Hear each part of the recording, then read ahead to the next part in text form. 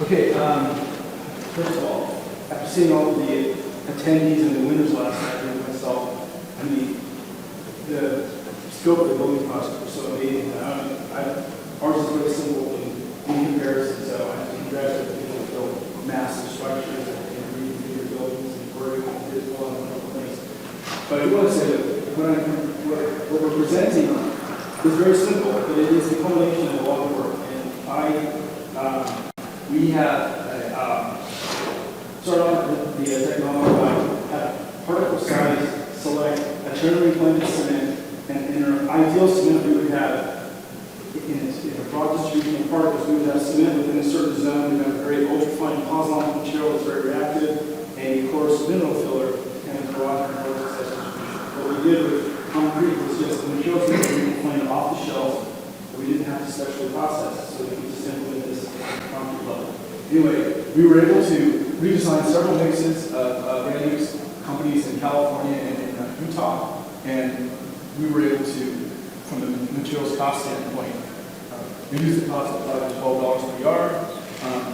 We were able to improve the quality of concrete. We don't try to increase the strength, we try to match the strength, but we did some durability tests, and they came out very good, and the workability is very good. Even though we call ours a low-carbon concrete, because of the way in which we use the mineral filler, we're able to maintain very good workability. So everybody knows this. Okay. Yeah, sorry. Okay, so everybody knows that, typical concrete always has a cement and one or more supplementary cementitious materials.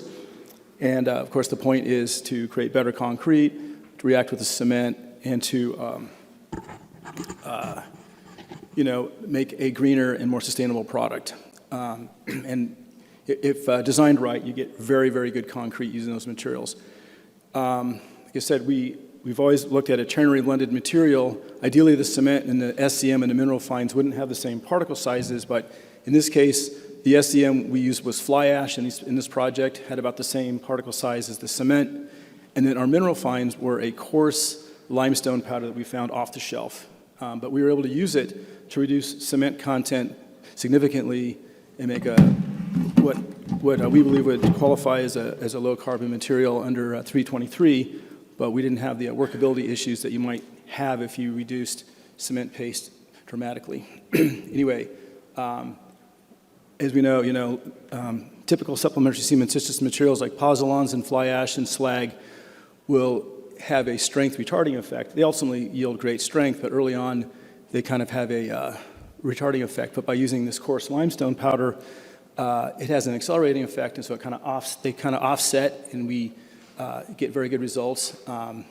We can reduce the cement content further from a binary blend by 20 to 30% and get good strength, same or better strength, get good durability and workability. And pumpability is a key factor, and so one of the things we had to do was a flat work, and we had to have good pumpability. And so anyway, here I'm going to get into the mix that we redesigned. Again, this is just an impressionistic version of our idealized cement material. But okay, so this here would be the mix design. This is the city prescribed mix design: 489 pounds of cement per cubic yard, 122 pounds of fly ash per cubic yard. And we reduced the cement by 20%, nearly 100 pounds per cubic yard, reduced the fly ash by 15%. And so the total cementitious went from 611 pounds per cubic yard to 495 pounds per cubic yard. And then we replaced that with 150 pounds of pulverized limestone, which still was quite a bit less expensive than both the cement and the fly ash, and so ultimately the cost went way down, even though we had to use a little bit more admixture to get the right flow. But we had a target air content of 6.3%, and the slump had to be about 5 inches. We did this project. It was for the rechargeable bus station, and we found that it pumped well. It seemed to behave exactly like the concrete that everybody's used to. It finished well.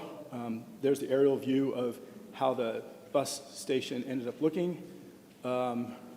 Here is a letter of commendation from the contractor who did this, and they liked the fact that the concrete met or exceeded their expectations in terms of workability and how it flowed. This is a kind of a summary, but the company who pumped it said that the pressure required to pump the concrete went down by about 20%. There is a statement here that says that the average strength from a 4,000 PSI air and train mix was 5,450 right here. But one of the trucks was actually, one of the trucks was actually 6,200. This is an average. There was, they took some material, and anyway, it's hard to go through it, but they actually added a little bit more water at the end after doing the air test, and they got lower results. So this is just the average, but it was a poor average. But they said that that it performed well, it finished well. Anyway, they thought it was a very good project for them, and they enjoyed working with it. Ultimately, we did some durability testing later on because that's not something we did beforehand, and we took a typical concrete mix of the same strength, 4,000 PSI, used a reactive aggregate to do the ASR test, and simply by reducing the cement by 20% and adding limestone powder with no special additives, we were able to reduce the alkali silica reactivity by 30%. Resistance to scaling was dramatically improved. Theoretically, it's because our cement paste matrix was less porous because we have a higher particle packed cement system with the limestone powder. Rapid chloride permeability test, we improved that. The surface resistivity went up. Freeze thaw was about the same. And then we had improved compressive and flexural strength compared to the control mix. And anyway, some of our partners we want to thank.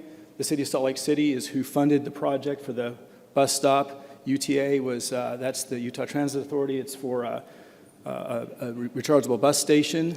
Geneva Rock was our concrete producer. Stacy and Whitbeck was the general contractor. CMT was our engineering firm who did a lot of our testing before we poured. And Altiview helped us do the durability testing. So that's all I have, and I was curious if anybody has any questions.